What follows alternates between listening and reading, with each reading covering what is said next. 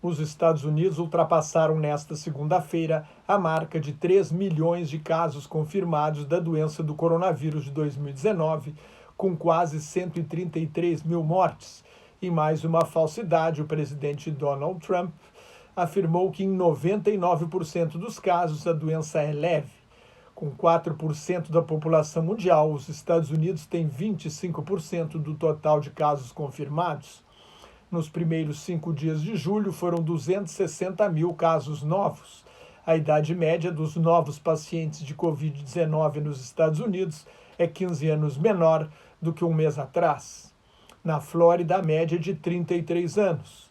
Com mais 656 mortes e 21.486 casos novos em 24 horas, o Brasil chegou a 65.556 mortes e 1.626.000 casos confirmados. Com sintomas da Covid-19, o presidente Jair Bolsonaro foi ao Hospital do Exército em Brasília fazer o exame. No mundo inteiro, o total de casos confirmados está em 11.739.000, com mais de 540 mil mortes e quase 6.642.000 pacientes curados. O Emirado do Catar, sede da Copa do Mundo de 2022, se tornou o país com o maior número de casos por habitante. Israel está a um passo do confinamento total para impedir que a Covid-19 saia de controle. O governo Benjamin Netanyahu suspendeu temporariamente a anexação da Cisjordânia ocupada, uma de suas promessas de campanha.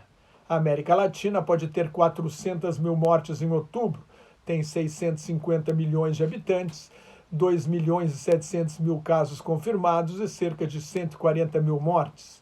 A região testa pouco e a contaminação aumenta no Brasil, no México, no Chile, no Peru e na Bolívia. Cerca de 2 milhões e 700 mil microempresas latino-americanas devem quebrar, desempregando 8 milhões e meio de trabalhadores. Com 700 mil casos, a Índia superou a Rússia e passou a ser o terceiro país com maior número de casos confirmados, atrás apenas dos Estados Unidos e do Brasil. Os maiores problemas na Índia estão em grandes cidades como Mumbai e Nova Delhi. Por medo de uma segunda onda, a Espanha colocou 270 mil pessoas em quarentena e em parte da Catalunha. Na Inglaterra, depois da reabertura dos bares no fim de semana, o diretor da Federação da Polícia comentou que é impossível manter o distanciamento social quando as pessoas ficam bêbadas. Um relatório das Nações Unidas defende uma abordagem ampla da saúde humana, animal e ambiental para evitar futuras pandemias. A ciência é clara ao dizer que se continuarmos explorando a vida selvagem e destruindo os ecossistemas, podemos esperar um fluxo constante de doenças transmitidas de animais para seres humanos, advertiu a diretora executiva do Programa da ONU para o Meio Ambiente, Inger Andersen. Uma cidade da Mongólia Interior, uma região do norte da China, registrou um caso da peste bubônica, a doença que arrasou a Europa no fim da Idade Média e no início da Idade Moderna, matando 40% da população. As encomendas à indústria da Alemanha tiveram uma forte alta de 10,4% em maio, mas é uma recuperação gradual. A atividade econômica em maio na Alemanha foi 29,3% inferior a 12 meses atrás.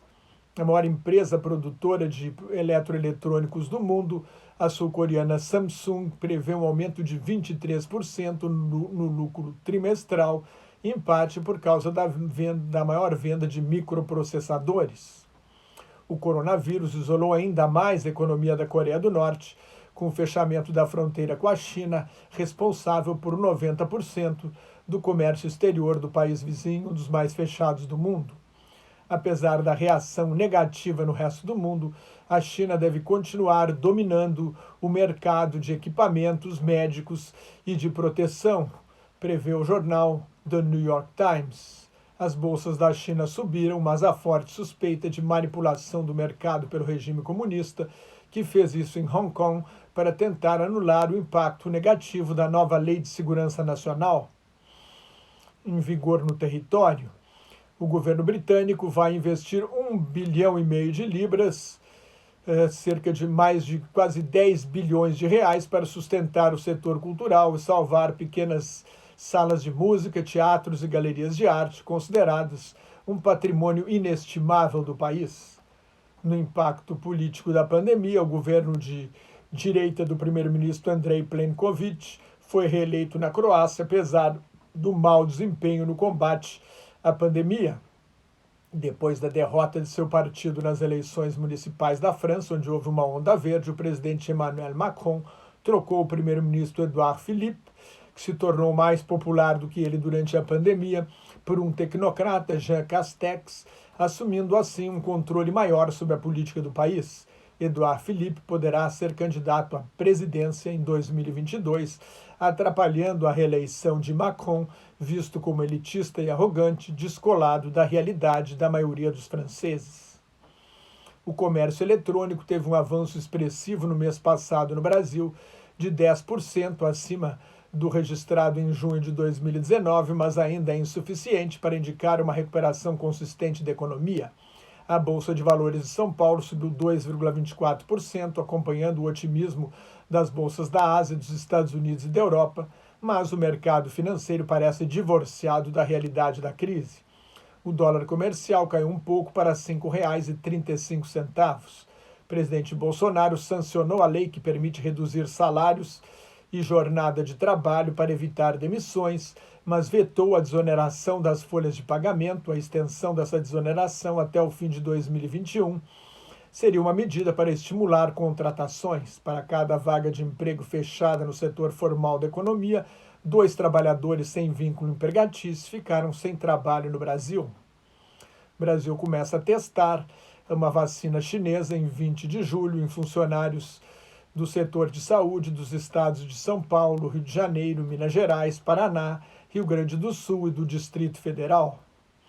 Mais notas e comentários sobre política internacional no meu blog Globalização em Crise, que está em nelsonfrancojobim.blogspot.com, no meu Twitter e no Facebook, onde também estou no grupo Quarentena News. Cuide-se, fique em casa se não tiver nada de muito importante a fazer na rua, e muito obrigado pela atenção.